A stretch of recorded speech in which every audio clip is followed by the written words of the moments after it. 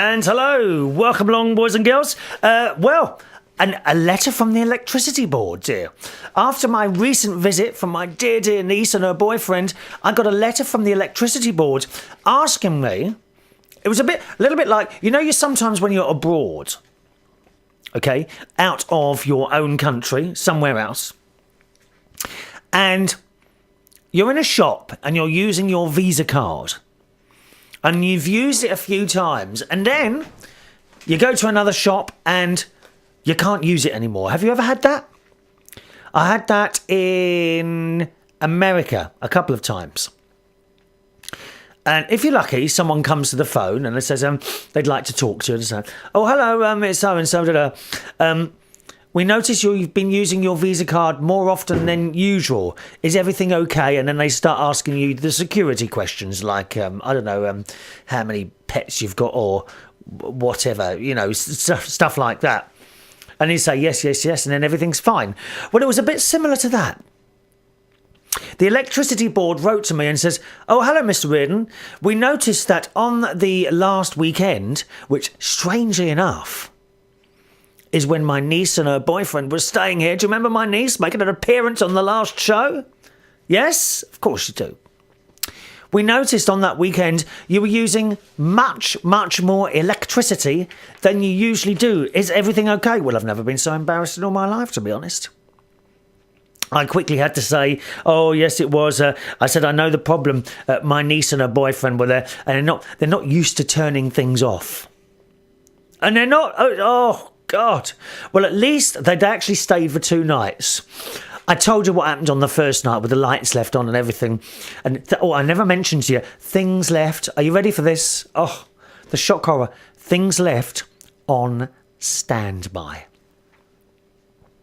I mean, how many more little public information films does the government have to send out to make people realise it is not a good idea to leave things on standby? Is it? It's costing... What I don't understand, it's costing you money. I bet you do it, don't you? I bet you've got your mobile phone plugged in overnight, charging away to you. You've only got to plug it in for about an hour and a half.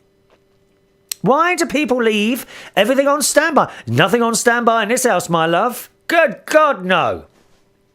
It's all unplugged or switched off at the main switch. There's no little red lights glowing all over the house, burning that electricity, chopping down another tree or whatever it is they have to do. Huh? Turn it off. And I did notice when I got in on that, Saturday morning, Friday night, Saturday morning, when I got in, I told you, didn't I? The kitchen light was on. The utility light was on, the hall light was on, and the television was on standby, and she'd plugged her mobile phone in. It was charging up the entire night, which is totally unnecessarily. It's a waste of money. They don't get it.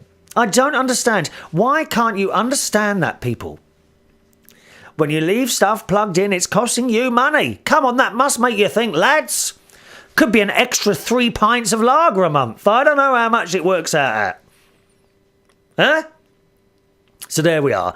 Anyway, so I replied to the electricity board that it was my niece and her boyfriend that obviously left everything on, and they wrote back and says, okay, please keep an eye on them. So I think that's it. All right, so that's that. I'm pleased to say the pair of them, they've gone now. Well, I'm not pleased to say they've gone because... Once again, I am lonely in my little house in Bracknell, all on my own over again, darlings. Oh, it's just me and the pussycat. Pussycat, pussycat, what did you there? I frightened a little mouse under the stair. Yes, just me and the cat. They've gone, so it's all very lonely again. Never mind.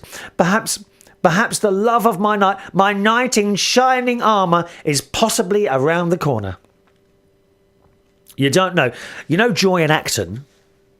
If you're new to the show, you won't know who the hell I'm talking about. Joy and Acton is one of our more senior listeners, over the age of 80 years old, and virtually every week when I ring her on the phone, she tells me, Chris, this is going to be your year. You're going to find the man of your dreams this year. And every year, it doesn't bloody happen. It's a liberty, that's what it is. Huh? And Carl, don't write and say that's a swear word, because it's not anymore. Come on. come on. Do you really think I would say something to offend you, especially with people like Carl in Yorkshire listening? Oh, he's constantly picking up on little bits here, there and everywhere. Nitpicking, that's what Carl does. He did send me a little message the other day informing me that he thought the new webcam was much better because Carl watches sometimes as well as listens on YouTube. If you want to watch, if you're listening to the show and you want to watch as well, it's very easy. All you've got to do is go to Reardon. Sorry, all you've got to do is go to unitedkingdomtalk.tv. unitedkingdomtalk.tv. And he wrote in to say, the webcam is much better. We can now see your bald spot even more clearly. How rude is that? I mean, how rude is that? But surely, Carl, it's better off to lose a little bit of hair than lose your personality, don't you think? Hey, lovey? Carl does a little show himself. He does this quiz show. God, I mean, I have tried to listen to it before, but quite frankly, it's difficult when you're driving. Usually I record it and put it on in the car. I've had so many near misses where I've kind of dropped off at the wheel while I'm listening. While I'm listening to him in the car. Thank you, Carl, all right. I made my niece and her boyfriend bacon sandwiches the other morning. They were very impressed with that. She's so gorgeous, my niece. She really is. But she's a bit... Can I use the term scatty? Can I use that term? And a little bit clumsy, a little bit like a dog. She's got this dog, chocolate Labrador called Monty, who is the clumsiest animal you have ever come across in your entire life. He's a beautiful dog, beautiful eyes, gentle. He's gentle, but when he walks into a room, he just knocks everything over. Anyway, I said I'm making bacon sandwiches. We weren't sure if there would be enough bread. So I said, try and cut the bread, Tracey. And she can't cut bread. My niece cannot cut bread. She sort of, cut half the slice and then the knife kind of goes off to the side and then you're going to get half a slice. What's all that about, Tracey? So we need bread lessons for Tracey. I had to make another loaf after they left. They ate an entire loaf in just the space of a few hours. And then there's Ben, her boyfriend. I think he's a bit of an alcoholic. You see, I can tell you these things now because they've gone.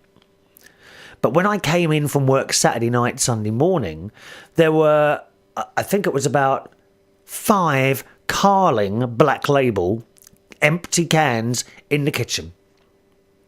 I mean, I shouldn't complain because the first night that they stayed, the cans or the anything that they used had been placed in the bin that wasn't for recycling. I had to fish them all out, dear.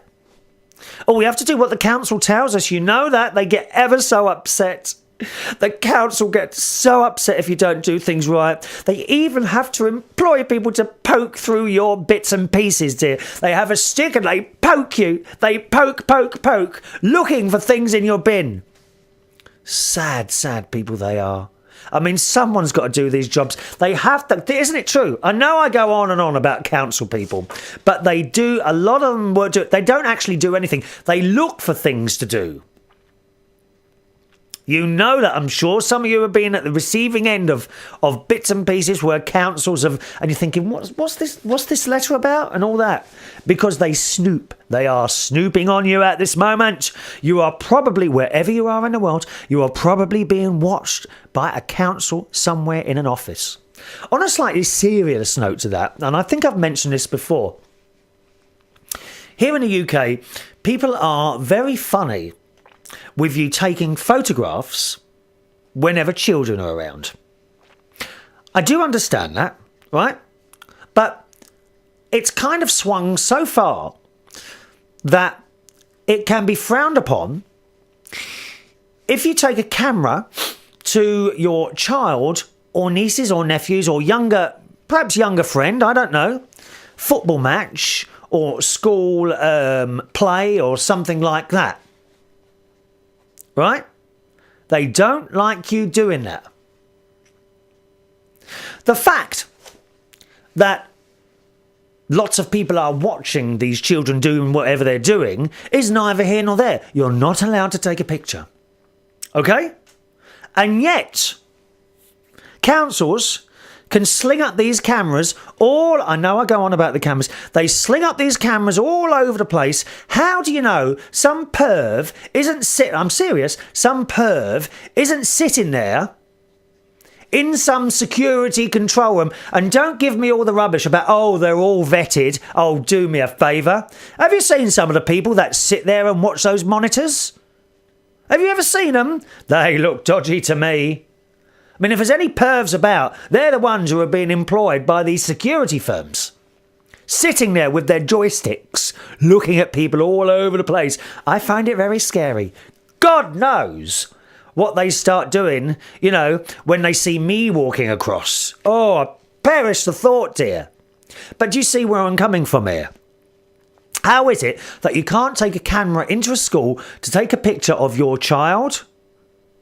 Or your child and their friends? It's all part of life, isn't it? You're not allowed to do that. And yet, there can be a camera in... Let's think where you really wouldn't want... in a swimming pool. A camera in a swimming pool where all these little half-naked bodies are. Tell me the difference, please. There isn't any, is there? It's just the same. Absolutely ridiculous situation. Anyway, I don't know how we got onto that there. So I made them bacon sandwiches. She can't cut bread at all. So I had bacon sandwiches, and then they trotted off on their journey home. Bless them. Unfortunately, they left something. Now, let me see if you can guess what this is. Now, if you're watching, I'm just going to put my hand over the camera so you can't tell what this is. Or you might have seen that. Listen, what do you think this is? Any idea?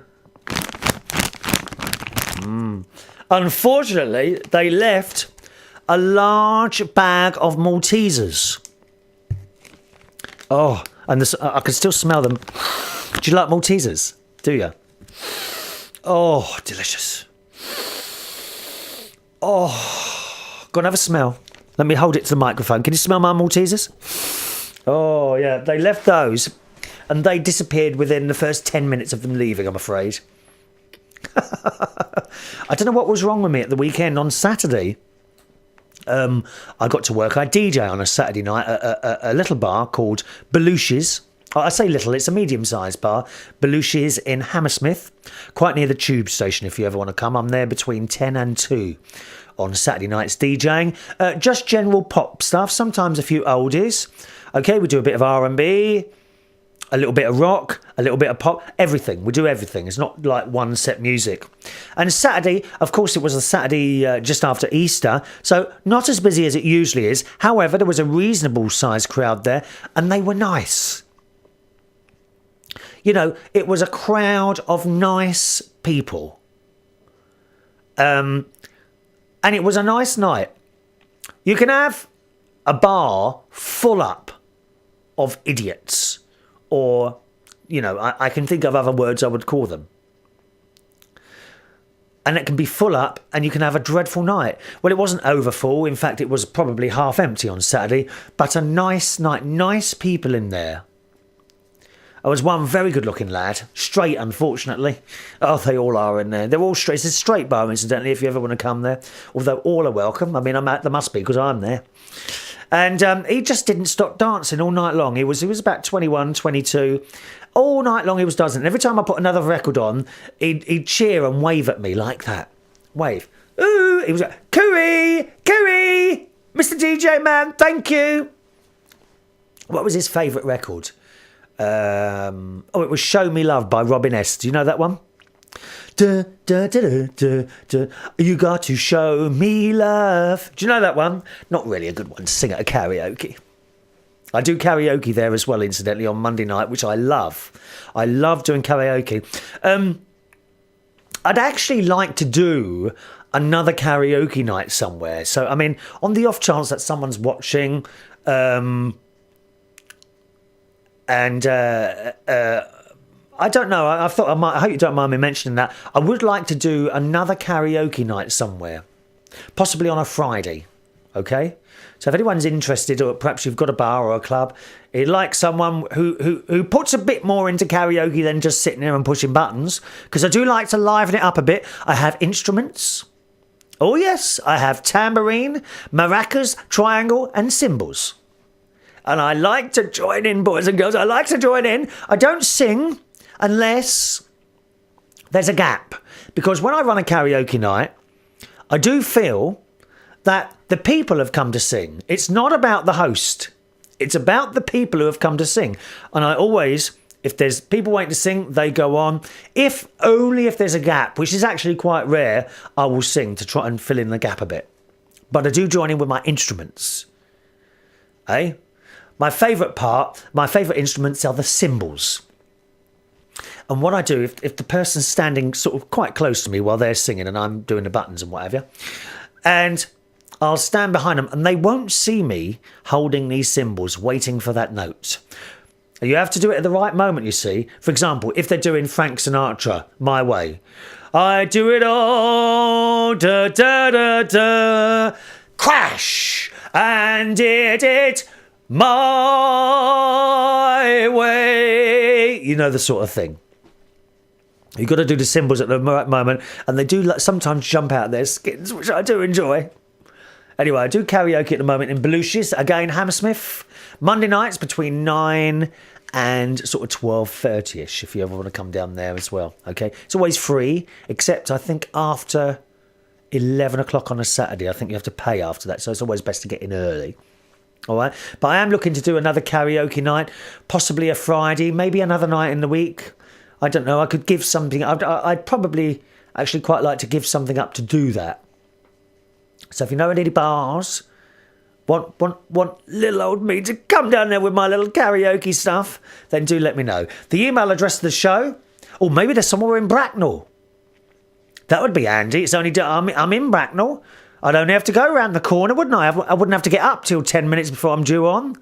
Anyone in Bracknell want a karaoke night? Let me know. The email address of the show is chris@unitedkingdomtalk.co.uk. chris@unitedkingdomtalk.co.uk. This is United Kingdom Talk. My name's Chris Reardon. Hope you're well. Having a nice time. The weather's turned again. It's beautiful. It's lovely and sunny outside. My shed and my fence have now been painted by my niece, but mainly by her boyfriend, Ben. It's all looking rather nice, and you'll see that next time we go out in the garden for a show. If the weather carries on like this, we'll probably do a couple of shows from the garden very shortly again, okay? I've started doing my hanging baskets. Oh, yes. When I went down that DIY place last week, remember, and I wasn't really concentrating, and I kind of spoke to two people that I thought were someone else while I was there, and they weren't. Highly embarrassing. I must pay attention when I'm out. But I also got some plants down there as well, and the hanging baskets are all done. They're hanging up, and I've got some grow bags for the vegetables. But my seedlings have still not germinated. Why is this? I'm a little bit concerned now because it's been a couple of weeks. I would have thought they'd have come up by now. Wouldn't you? My seedlings have not germinated. Do you think maybe I should move them into the airing cupboard for a while? I don't know what to do about that. Why haven't my seedlings germinated? Let me know if you're a gardener. chris@unitedkingdomtalk.co.uk. Now, I was telling you I was a very naughty boy, okay, at the weekend. Not only did I have that packet of Maltesers, right? Just before I started at Belushi's on Saturday, for some reason I got a very sweet tooth. Does that ever happen to you? Now, I'm not a great sweet eater. I'm not stuffing myself with sweets every few minutes. Mars bars, this, that and the other. I don't do that. However, occasionally I could be doing something and suddenly you get this urge, don't you? I mean, probably if you ever met me in public, you'd get an urge as well. I can understand that. I can understand that. You probably want to be close to a celebrity like myself. Huh? And I got this urge for sweeties. So I thought my friend Spud had just come in. You know, Liam, I've told you about him. He's one of the barmen there, my good friend there. And I thought I'll get him something while I'm there. So I went out and I purchased from the little shop round the corner.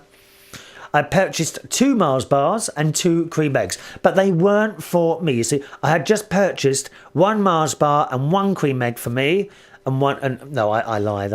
I purchased 1 Mars bar and 2 cream eggs for me, and a Mars bar for him. Right.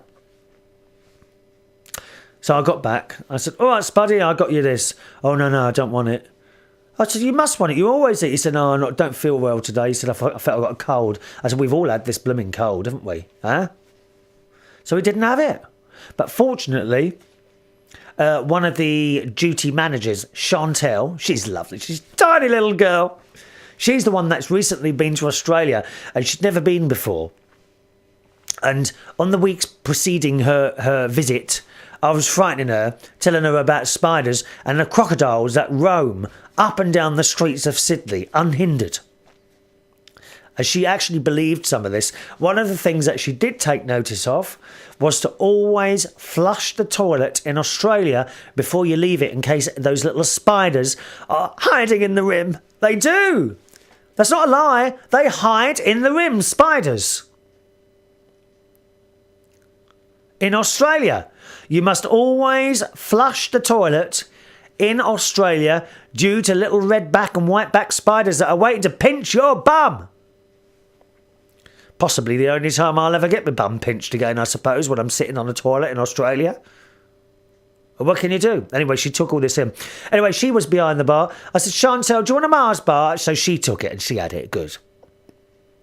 So Saturday night, just before I started work, I had a Mars bar and 2 cream eggs.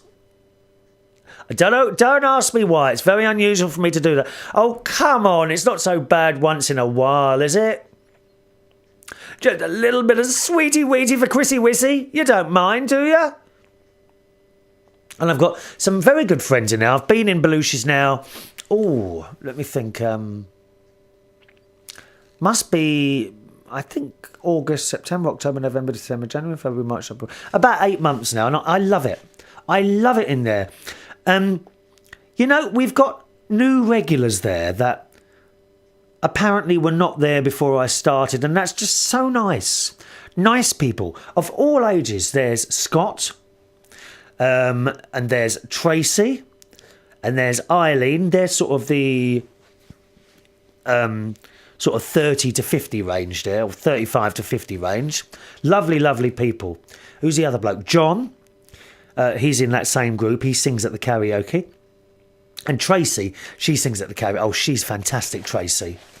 She's fantastic because she's, I would say she's around my age, but she doesn't act it.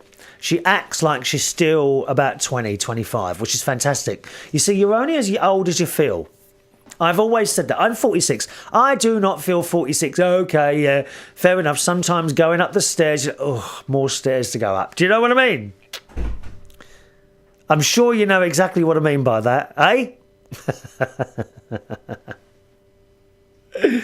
But nice people, I think, I don't know, I think you have to kind of keep your hand in. And what I like about the Belushi's is the range of different people that you get in there. Right across the board. It's just such a fantastic place. So there's them. And then we have our regular karaoke singers, Gwen, of course, but she's been to all the venues where I've done the karaoke. You heard her on the show a few weeks ago. There's Gwen. There's Roger, who's a really good singer. There's Martin. He's a good singer. Let me think who else. There's an older guy there. I can't remember his name now. How annoying is that? Sorry, I can't. Kevin, that's it. Kevin from New Zealand. He's nice. And at the younger end of the spectrum, a very, very, very good friend of mine now. There's 2 of them, actually. Joe and his girlfriend, Dawn, who are lovely, lovely people. Joe and Dawn are such nice people. Joe is gorgeous, absolutely stunning boy. And also, Dawn is particularly gorgeous as well. She actually reminds me of my niece, Tracey, Dawn. and she is quite funny, but apparently she's no good with the computers, are you, Dawn? Dawn cannot operate a computer, and she's only 21 or 22, something like that. So Joe does all the technical bits, and he treats her really well. Really, really well. So they're my friends there. And sometimes Dawn's sister comes along, Lisa. But unfortunately, she's usually legless after an hour. Aren't you, darling? Little Lisa, she's all over the place. Or she might be in the chair, like that, or falling asleep slowly while the music's playing. I mean, it's quite rude, really, to be honest. But they always dance. Dawn's favourite record is Shannon, Let the Music Play. Do you know that one? Let the music play. Da, da, da, da, da. And she likes NSYNC, with Justin Timberlake. I quite like NSYNC. I'm tearing up my heart when I'm with you. La da da da da da da da. I've always wanted to be in a boy band. I'd like to stand on the stage, 4 of us doing all these actions. I'd love to do that. Perhaps, as well as booking me to do a karaoke night, perhaps you could book me to be in your boy band. Let me know. You've got the email address. Chris at unitedkingdomtalk.co.uk. Chris at unitedkingdomtalk.co.uk. So there we are. I had the sweets, and then I finished the night. And then it was 2:00, and I came back home, and I was ravenously hungry on Saturday night for some reason. I came back here and I had 2 rounds of cheese on toast. Don't know what was wrong with me. Do you ever get that? Fortunately, I'm not like that all the time. Otherwise, I would be as big as a house, wouldn't I? So there we are. So that's it. I think that's all to tell you today. Oh, except that Sunday morning, and he was lucky, right? He was lucky that I was up. James Dean rang me. James Dean, who does a podcast as well. You can find that at matineeshow.co.uk. Matineeshow.co.uk, okay? That's where James Dean does his podcast. He rang me on Sunday morning at 9:50. 9:50 in the morning. He was lucky I was up there. What a cheek, dear. He rang me. He said, I had to ring you up just to inform you that I have already been down the gym today. I said, on a Sunday morning? He said, yeah, because he's coming over next week. You'll see him on the show. And he's bringing one of my dear, dear friends with me, Nikki French, who will be making an appearance here on United Kingdom Talk. Is it the next show? I think it's the one after next, I think. That's the one you'll see Nikki French and James Dean as well. Not quite sure how we're going to fit them all in the studio, to be honest, because it is a little bit small. We might have to move the camera right back, so I'll be right at the back. Just 3 little specks of people on the screen. So hopefully that will happen. But yes, James Dean is coming over with Nikki French in a couple of shows' time, so you'll all be able to hear. You've heard about Nikki French so many times, haven't you? She represented the UK in the 2000 Eurovision Song Contest, singing a song. What was it called now? For All We Know. It wasn't For All We Know, was it? Don't play that song again. Don't play that song again. And we'll be finding out a little bit about how Nikki French started, how she became a singer, and what's it like to actually sing on the Eurovision Song Contest in front of millions and millions of people. Can you imagine that? Fantastic.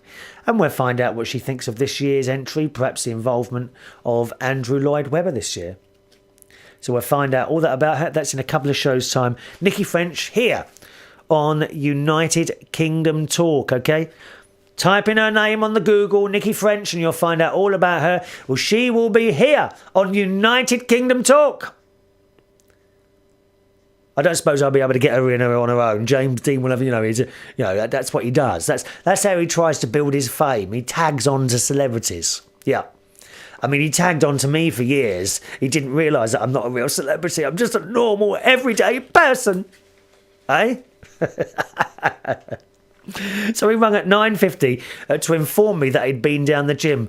I said, well, how did you do that? What time did you get there? He said, well, I got up at 5:30. 5:30 on a Sunday morning he got up. And he was in the gym by 7 o'clock. I don't know what his problem is. He's determined to have a better body than me.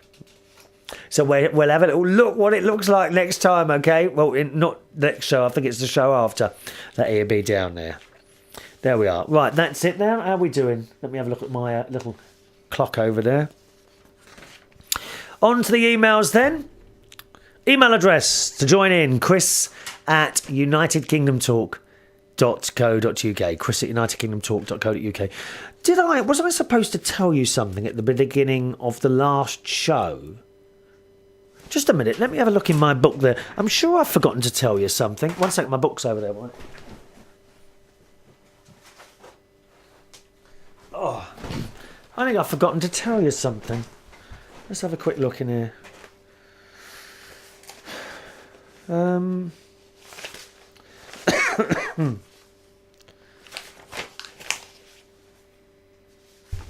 Oh! The microphone's fallen down. 1 minute. This isn't very good. This little stand is wearing out. I think there we are. I sorted that out. I'm sure.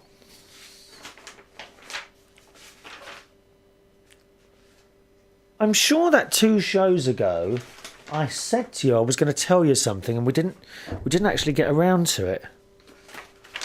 Hang on a minute. I'll tell you what. Can I just play the end of a couple of shows ago, and we'll see what I was talking about. Talk amongst yourselves for a second. Let me just get something here on the computer. 1 minute. Now let me see. It's that one there, I think. Oh, right, hang on a minute. 1 minute.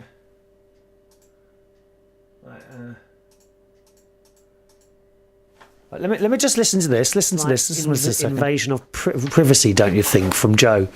Yes, I do. I don't think it's good enough for... Well, I don't know, it's a bit further than that. 1 minute. I've gone too far now. 1 minute. Not to you, with you, for the last near enough hour. Join me again, as always. Know what it is, boys and girls. I'm glad and happy to tell you I have worked out where the smell is coming from. Oh, that was it, yes! That was it. I meant to tell you this at the beginning of last week's show. You remember the smell that I was getting in the kitchen? I knew there was something I'd forgotten to tell you. You must have been sitting there wondering what that smell was. Right. Quite a few shows ago now, I told you there was a smell coming into the kitchen of rotten eggs, didn't I? Well, it was the drain blocked up outside. Yep. That's what the smell was. I can't remember if I told you about the drain, but I basically called a man out. But before he got here, I decided to lift the drain cover, which I was a bit dubious about, because of it was the sewage drain, and it was blocked up. It was full of water, absolutely full of water. And it was, dare I tell you this, a little bit of toilet paper floating on the top. Oh, how vile. Anyway... I won't tell you the whole story of this because it'll go on for ages, but I got a stick and poked it down a couple of times, and straight away the water sucked away and was gone. As quick as that. I saved myself £65 there. So it seems that's where the smell was coming from. It was coming back up the drains, you see. There you go. So now we know. That's what the smell of rotten eggs was from. So thank you very much for all those people that wrote in and asked or tried to help me discover what the smell was. Someone actually did say blocked drains, but at that point, the drain didn't appear to be blocked. It was only after a few weeks that I noticed water was coming out of the manhole cover every time I flushed a drain. So that was it. It was rotten water coming up, and the smell was coming up through the drains. I think I was pretty lucky, actually, because after I pushed a stick down the hole, and it went, honestly, 2 prods, and away it went. It went, and the noise, and it was gone. Ever so quick. Ever so quick. But I noticed after that, the 2 pipes that were coming out of my house, then a load of water came down them. So it was clearly starting to back up. Oh my God, can you just imagine raw sewage in the house? Have you ever had that? Oh, I feel sorry for people that's happened to.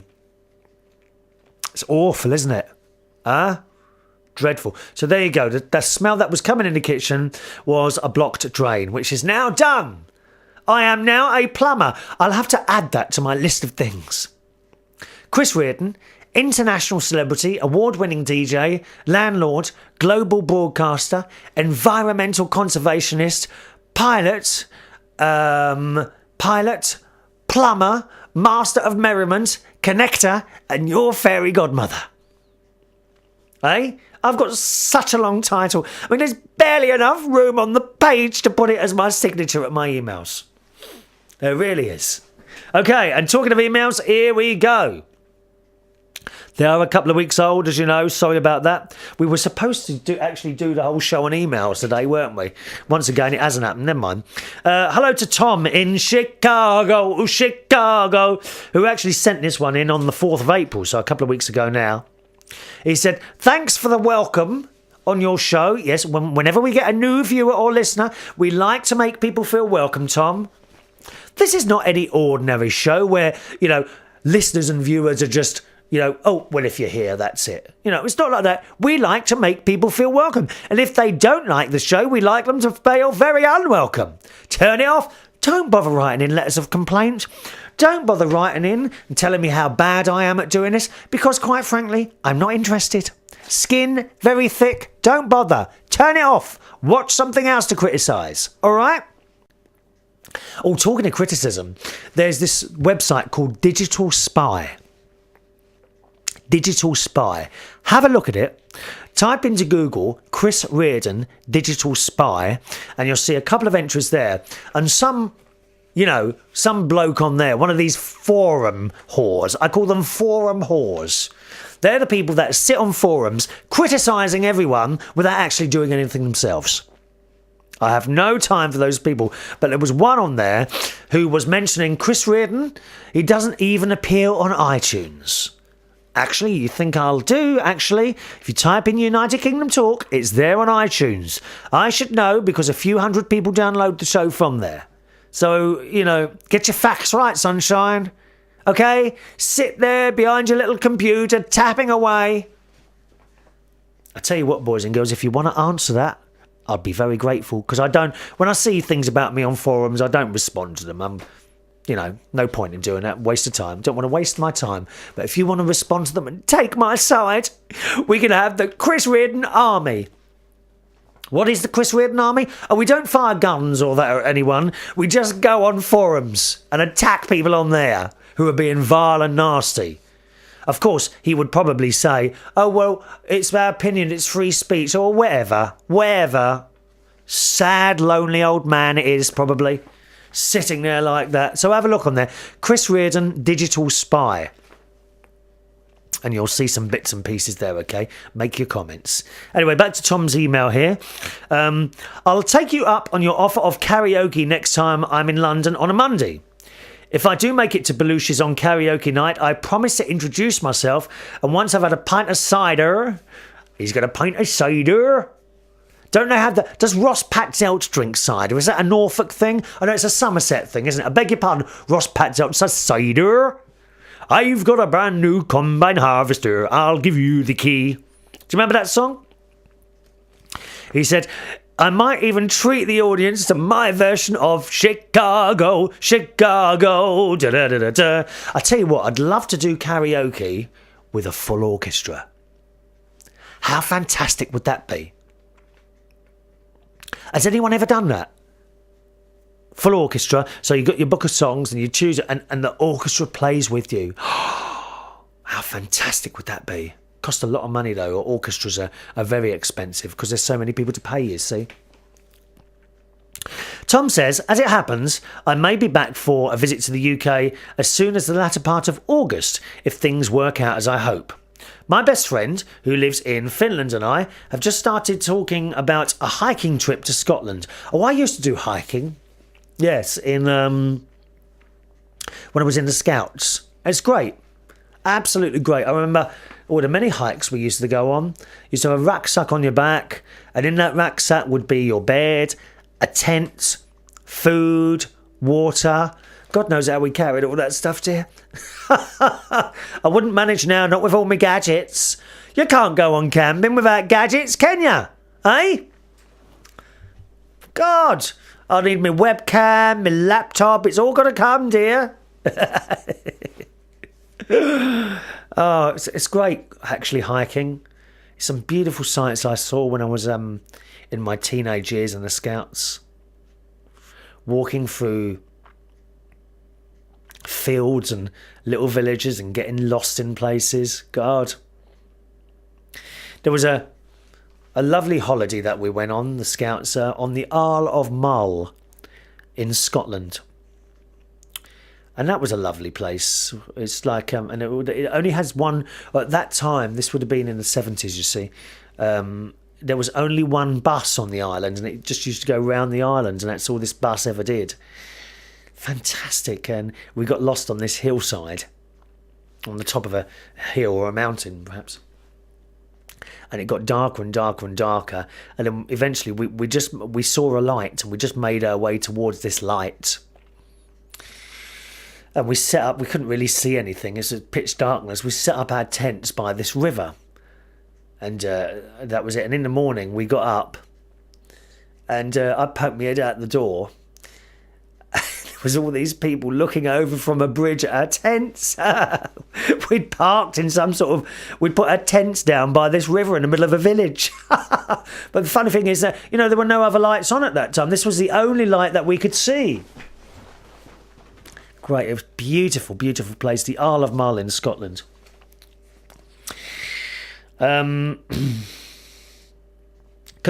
says, congratulations on finally cleaning the oven.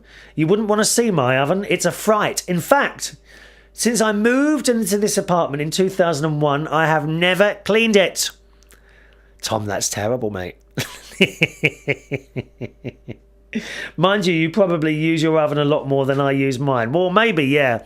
I suppose it gets used 4 or 5 times a week. I do cooking properly, usually. On the subject of trouble at school, remember we were talking that in a past programme, were you ever in trouble at school? Tom says, in middle and high school, ages 11 to 17, I never got into any trouble at all.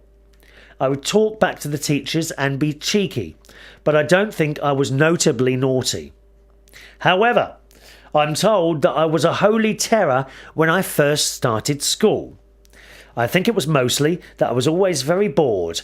I could already read and write entering school, and I can remember being very frustrated at how dull it all was. They probably should have moved me ahead a grade, but in that school system in the 1960s, this just wasn't done. Because I was always bored, I would act out and be punished, and I had quite a temper then. I was often sent to the principal's office. Well, I got the cane twice. I was sent to the headmaster's office twice in primary school. In secondary school. In primary school, I got a slap round the face once. Really, quite a hard slap round the face once from a teacher. Now, what was that for? Oh, that was in the middle of maths class. That I remember now. In the middle of a maths class, it was, and I couldn't do. I'm not. My mind is not very good with numbers. And I stood up in the middle of this classroom. I said, I can't do that, miss. And she just slapped me round the face. Didn't do it again. On the subject of going home, he says, interestingly enough, I have done this. Remember when I said, do you ever go back to where you were born? Or perhaps not necessarily where you were born, but where you'd lived for a long time. And he says, interestingly enough, I have done this. I grew up in Cleveland Heights, Ohio. And in 1975, just before I turned 13, we moved to Florida. In 1992, I moved back to Cleveland Heights, just a couple of miles from the house where I grew up. It was a very strange experience, especially at first, but it worked out fine. The old neighbourhood still seems like home to me, even though I don't really know anyone there anymore. I pass through whenever I'm in Cleveland and do what I call the nostalgia tour and take a stroll down my old street. Yeah, that's what I intend to do in Roehampton, where I spent most of my youth between 1969 and 1983. When I go and visit Mum and Dad's grave, I often drive back through Roehampton. But I've not yet got out the car and kind of walked the walks that I used to do. And it's not a large place, Roehampton. You could do it in an hour. You could walk right round, certainly down the little routes that I used to walk down. You could do it in an hour. Wouldn't take long at all. And I keep meaning to do that. Tom says, it's still very much like it was then. If I hadn't decided to go back to school and then moved to Chicago, I'd probably still be there. I wouldn't rule out the possibility that I might move back again someday. Interesting, yeah. And I said that to you about Roehampton, didn't I? Could I move back there? I don't know. Don't know, really. I love the house I'm in. I mentioned this many, many times. I absolutely adore this house. I don't know why. I do feel there's a presence here that likes me and I like it. Even though I can't see it or feel it or hear it, there is a presence in this house and I do feel very attached to it, whatever it is. It's not Mum, because it was always here before Mum went.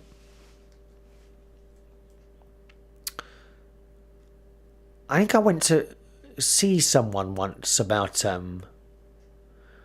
or I bumped into someone who was to do with supernatural things, and he said there's a thin elderly lady looking after you, and I couldn't work out who this was. He says, have you got any photographs? So I said yes, and I pulled out. I said, that's my mum. No, that's not her. I said, well, that's so and so. No. That's one of my nan. That's her. That's the one. And it was my nan. So perhaps it's my nan. She was Irish, Nanny Ryan. She came from Cork. And always remember her saying one of her dreams was that I would become a priest. Of course, that didn't happen. Would it ever have happened? I don't know. Don't know, actually. I didn't rule it out, but that was her dream, that I would become a priest. She was very, very religious, Nanny Ryan. Always at church every single morning. She was lovely, she was. Okay, back to Tom's email. I've been working on ideas for my own podcast, because Tom's considering doing a podcast. And I always say, if there's something you want to try, go and do it. Nothing's stopping you. I've been studying your show as well as Dana's show, which I think is called Stimulated Boredom. I don't know Dana. Who is Dana? I'll have to look at that. One thing I've noticed is that going off on tangents gains you so much time. What do you mean by that? You mean stuff to talk about? Well, it's not. It's kind of not done purposely, the fact that I go off subject all the time. It just kind of happens. In fact, if you ever meet me and we're having a conversation, the same sort of thing will happen. I'll just go off and start talking about something completely different. It's very hard to follow me sometimes. It really is. One thing I've noticed... he says, I've done a few test recordings... and I think the headset mic will work fine. It's not fantastic, but it's good enough. Yes. If you're going to do a podcast, I've said this quite a few times, do not go out and spend loads of money on stuff, right? You've probably got, if you bought a computer reasonably recently in the last few years, it probably came with a microphone and bits and pieces like that, and that's it. You'll have a sound recorder on the PC so that you're away, really. Do not spend loads of money on microphones or something. Buying the equipment, I would say, if you want to spend money, is probably the easy part of it. The hard part is what you're going to talk about. Any idea? Would it be a show like this? Or are you really into something like horse racing? Perhaps it could be a podcast on horse racing, weekly updates on races and things like that. You need to get your content right and then start making the podcast with the equipment that you have already. Cheap old microphone, that'll do for now. Okay? He says, do you hate the sound of your own voice recorded as much as I do? Yes. I've watched some of my shows and I've listened to some of my shows and I find that quite hard. Yeah. Don't know why. Apparently this is quite a normal thing. So why do we carry on doing it? Because people let you know that they enjoy it. When you start doing a podcast, Tom, you will not get many emails, if any. All right? Do not let that put you off. You should never base a show on emails and requests, or you will fall over. The emails are secondary. It's fantastic when they come in. Fantastic. But you mustn't base your show on it, because if you get none, what are you going to do? You must be able to do a show without any emails, okay? He says, I'll just have to get over it listening to my own voice. My target is to do a completed 30-minute pilot show. If I can do that, I'll probably fill an hour or two a week. I've requested permission for a music clip to be used as an opening theme. I know the composer, so it shouldn't be any trouble.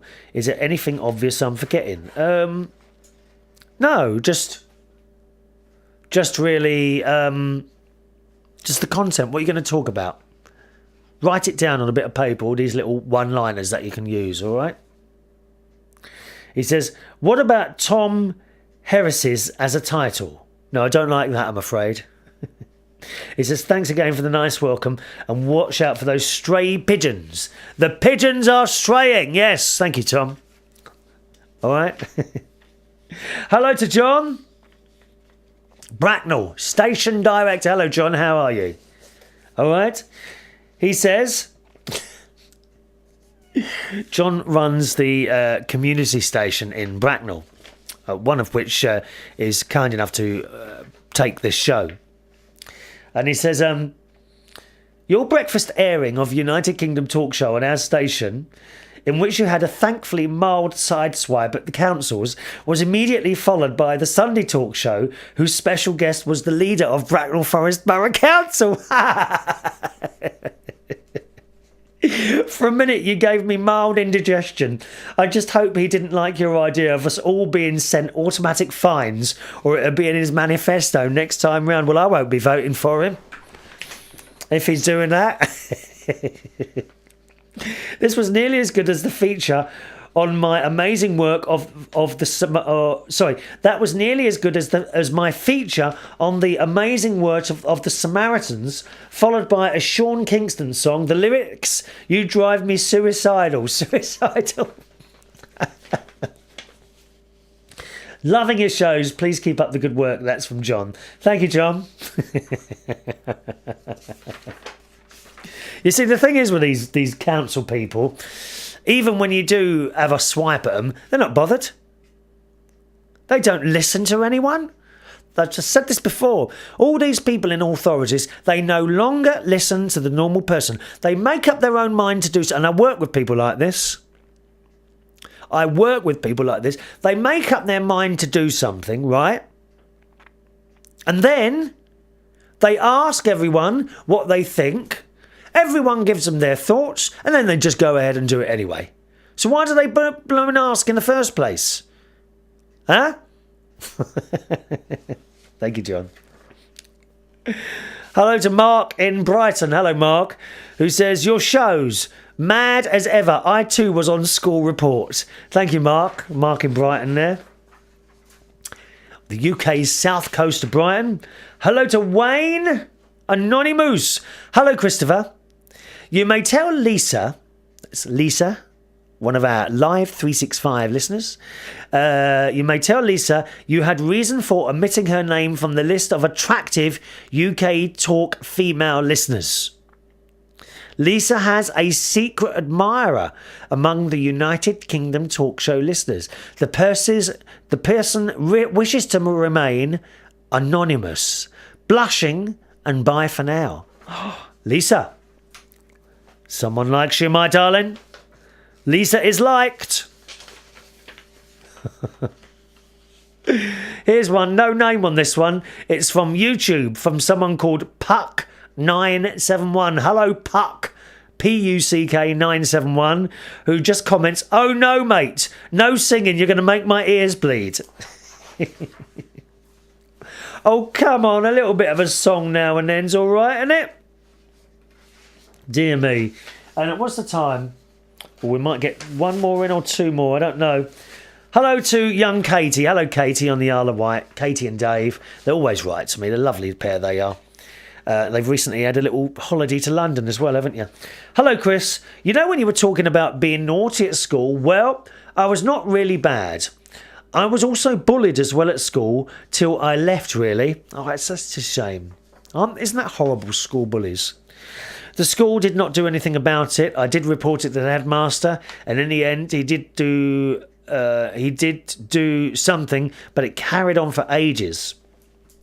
I used to get picked on a lot because I have learning disabilities and behaviour problems, which I still have, but all is okay now. I really hated school. I always used to stay at home as I was scared to go into school, even though I went to a special needs school for girls, and that's from Katie. So, well, you know, it's not nice, is it, Katie being picked on like that? But you're out of it now, and that's all that matters. Boys and girls, it's time for me to go. As always, thanks for watching and listening to the show. Email address is chris@unitedkingdomtalk.co.uk. chris@unitedkingdomtalk.co.uk. See you on the next show. Bye-bye.